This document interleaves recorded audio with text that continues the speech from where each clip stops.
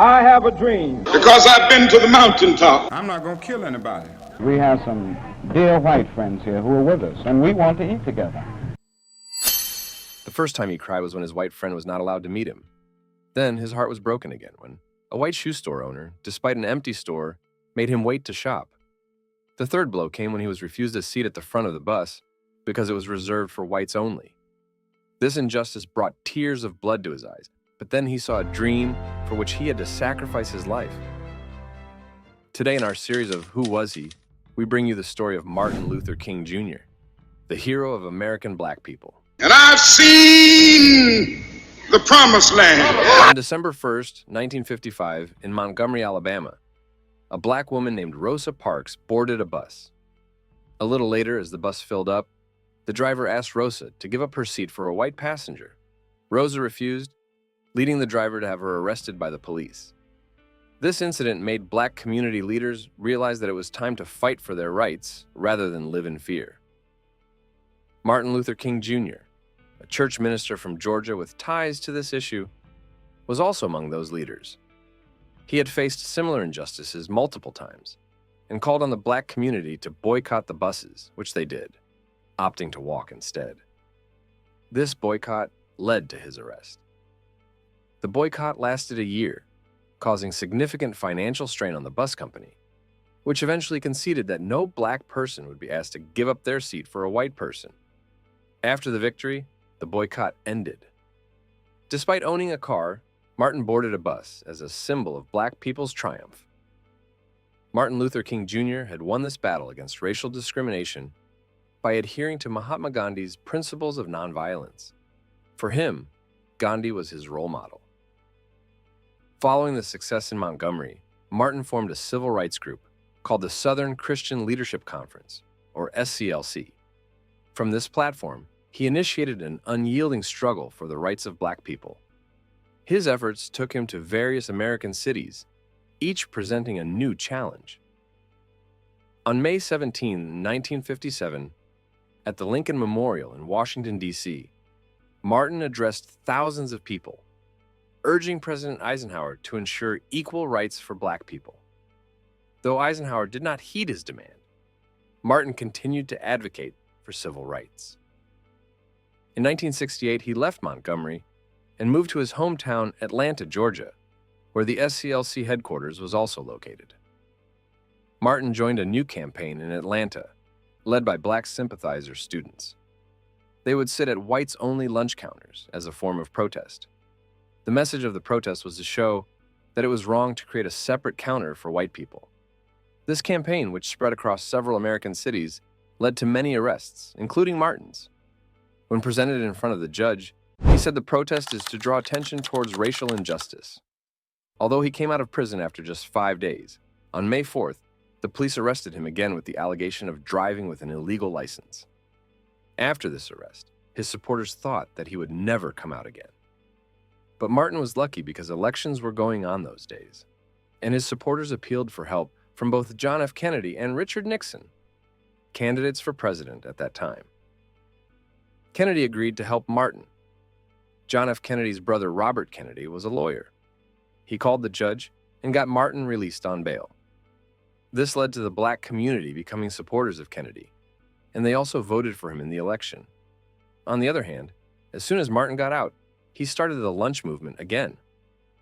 Now, Martin selected a city where the police were ready to go to every extent to crush the black people. Then, the competition started. The police commissioner of state, Alabama Bull Connor, was famous for his racial bias. He used to openly threaten the protesters. A crowd of over 1,000 activists joined Dr. King, the Reverend Fred Shuttlesworth, and the Reverend Ralph Abernathy on a nonviolent march toward the downtown areas. Hundreds more people lined the streets to support them. The peaceful marchers, embarking from 6th Avenue Zion Hill Church in a predominantly black neighborhood and headed for City Hall, met a first police barricade and continued on in a different direction.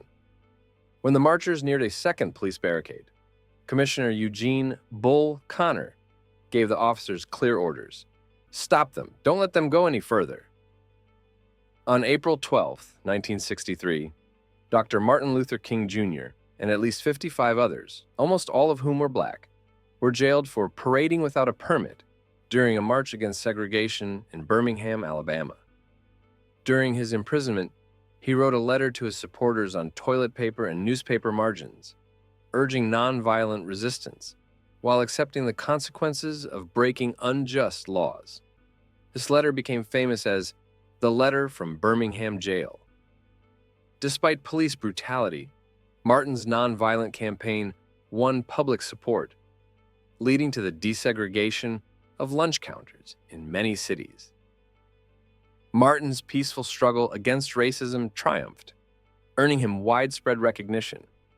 He then led a major march in Washington, D.C. on August 28, 1963, and delivered a speech there. Towards the end of its delivery, noted African-American gospel singer Mahalia Jackson shouted to King from the crowd, "Tell them about the dream, Martin." King departed from his prepared remarks and started preaching improvisationally, punctuating his points with, "I have a dream," envisioning a future where people would be judged by their character, not their skin color. The March on Washington put pressure on the Kennedy administration to advance its civil rights legislation in Congress. The speech was a success for the Kennedy administration and for the liberal civil rights coalition that had planned it. It was considered a triumph of managed protest, and not one arrest relating to the demonstration occurred. Kennedy had watched King's speech on television and been very impressed. Afterward, March leaders accepted an invitation to the White House to meet with President Kennedy. Kennedy felt the march bolstered the chances for his civil rights bill. Martin's dream resonated deeply, and on July 2, 1964, President Lyndon B. Johnson signed the Civil Rights Act, a significant victory for the civil rights movement. Martin received the Nobel Peace Prize for his efforts. However, his fight for equality continued. In March 1965, he led a march from Selma to Montgomery, resulting in the Voting Rights Act being signed on August 6, 1965, which allowed black people to vote without any preconditions. Despite these victories, Martin's struggle was far from over. He moved to Chicago in 1966, where he faced violent opposition, but eventually succeeded in pressuring the mayor to end employment discrimination against black people. Martin and his family lived in a modest apartment in a poor neighborhood to understand the hardships faced by the black community.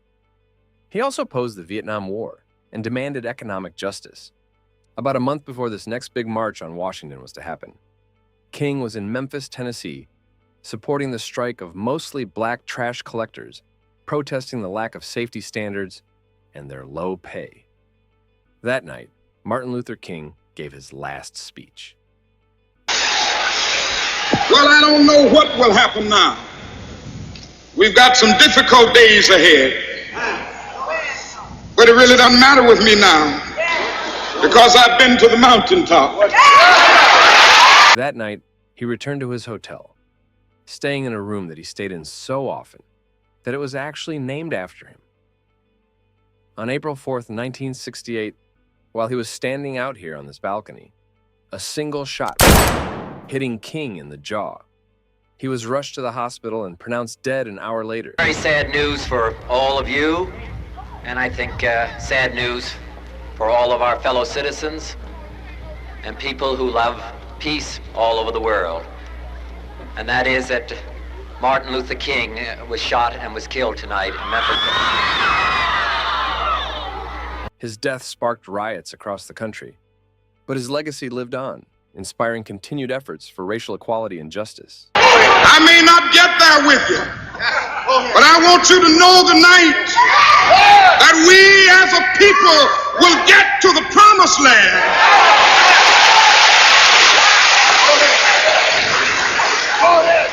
So I'm happy tonight. I'm not worried about anything. I'm not fearing any man. Mine eyes have seen the glory of the coming of the Lord.